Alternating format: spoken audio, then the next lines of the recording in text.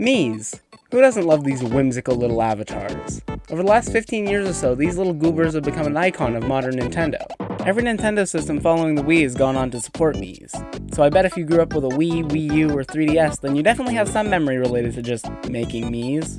Whether if it was just of yourself, your friends or family, or just some random guy you saw on TV one time. Miis were like a shared experience for people who grew up in the late 2000s and 2010s. But unfortunately, the flow of time catches up to us all. So what happens if you want to bring your Miis over to the next system that releases?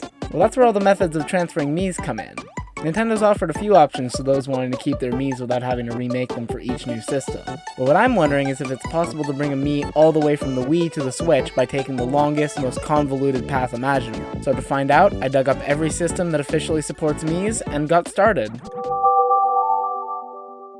Starting out on the Wii, I quickly made a Mii based on my wonderful little pixel art frog OC that's been rotting my brain for about a year now. Bog. By the way, if this channel's gonna stick around, expect to see a lot more of him. And just like that, our little test subject is here. But here's where I had a thought. The Wii had multiple ways of getting Miis onto your system, and some of those methods would give your Mii different colored pants. So what if I got a Mii of every type and brought them all forward? So that's exactly what I'm gonna do. Bog here could technically stand in for either gray or red pants, but since red pants just denote the user's favorite Miis and don't really pertain to how the Mii was received, I'm just gonna go ahead and not really count red pants for the purposes of this video. Next up are blue pants, which can be obtained a few different ways, all of which that involve sharing a Mii directly to someone. Whether that be by transferring the Mii to your Wii remote and then dropping it on their system, or by sending it to a friend over the now-defunct Wii Connect 24 service.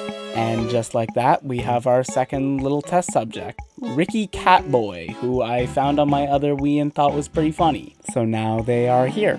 Now next up are gold pants, or special Miis, and this is where things get a bit more complicated. These Miis were only given out through special promotional events or through the Check Me Out channel on the Wii, and they were usually of prominent figures at Nintendo or celebrities. But these promotions are long over, and the Check Me Out channel has been discontinued for over a decade.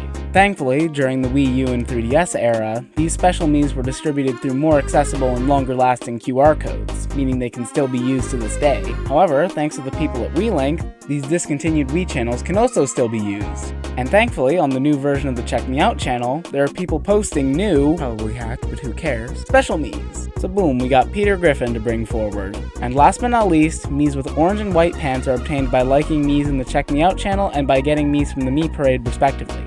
However, unfortunately, both are purely for aesthetic and don't actually carry over to the Mii Plaza. But because I wanted an even 4, boom, Freddy Fazbear. And with that, we have our 4 Miis that we're going to be bringing forward. Starting off with... It's actually not very well known that the original DS supported Miis, being released 2 years before the Wii and not having any sort of system level up to create them. But there were actually 5 DS games that supported Miis. Now of those 5, I only have access to 2, but I'll definitely have to yap about the other ones someday because they're definitely really interesting on their own. But the 2 I have are Personal Trainer Walking and Tomodachi Collection. And of those 2, I'll be using Tomodachi Collection because it lets you send multiple Miis while Personal Trainer Walking restricts you to just 1 per unique user. Additionally, while Tomodachi Collection was only released in Japan, there's an excellent fan translation out there, so if you want to try it out, go find it. I'd definitely recommend it, it's pretty good. So in order to connect your DS to a Wii, you have to do a secret button combo in the Mii channel to make a Connect to DS button appear. And this blew my mind when I was younger. The fact that there was just such a hidden feature in something as well known and seemingly basic as the Mii channel, it felt like discovering something forbidden. But to get back to it, loading up Tomodachi Collection, we open up the town hall and hit Connect. Then it'll save our progress and ask if we want to connect to another DS or to a Wii. Hit Wii and it'll eventually show up in the Mii channel. From here, we can transfer our Miis over to the DS. However, from here, we're kinda trapped. There's pretty much no way to bring a DS Mii to anything other than to another DS. The only method I could think of would be to use the Japanese version of Tomodachi Life, which had a feature to bring your DS Tomodachi Collection save data forward. But I don't have a Japanese copy of Tomodachi Life to use, so womp womp. So moving back to the Wii, the obvious solution would seem to be transferring to the Wii U. But the Wii U actually removed quite a few methods of transferring Miis. The Wii U's Virtual Wii's Mii channel, try saying that 5 times fast, is missing the options for the Mii Parade, sending Miis to a friend, transferring to a DS, or even just putting them in a Wii remote. So this makes direct Wii to Wii U transfer a bit of a bust. And you might be saying to just do a Wii to Wii U full system transfer, which will bring all the Miis forward. but I don't really have another system to do that with, and that seems a bit overkill, so I don't really want to do that, plus there's a better option anyways. Transferring from the Wii to the 3DS is actually pretty easy. All you need to do is open up the 3DS's Mii Maker app and use the same method as transferring to a DS. So it's pretty easy to get our Miis carried over, except for the lovely Peter Griffin, who can't be moved over due to his seemingly hard-coded copy protection. But moving past that tragic loss, the 3DS was probably where Miis were used the best, being in full retail games like Mario Kart 7, Tomodachi Life, Miitopia, and Smash for 3DS. But it was great how some of the system apps also made use of Miis, like AR games and the absolutely iconic Street Pass Mii Plaza, which absolutely needs to come back for whatever the Switch 2 ends up being.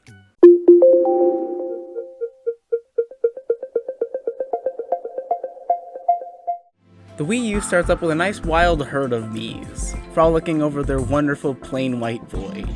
So clearly it should be pretty easy to bring a Mii over from the 3DS, right? And yep, it sure is. It's as easy as just going into the Mii Maker app, choosing Receive from 3DS, and here they are. Our gorgeous little troopers in HD and the smoothed out middle-aged man I made to observe their arrival.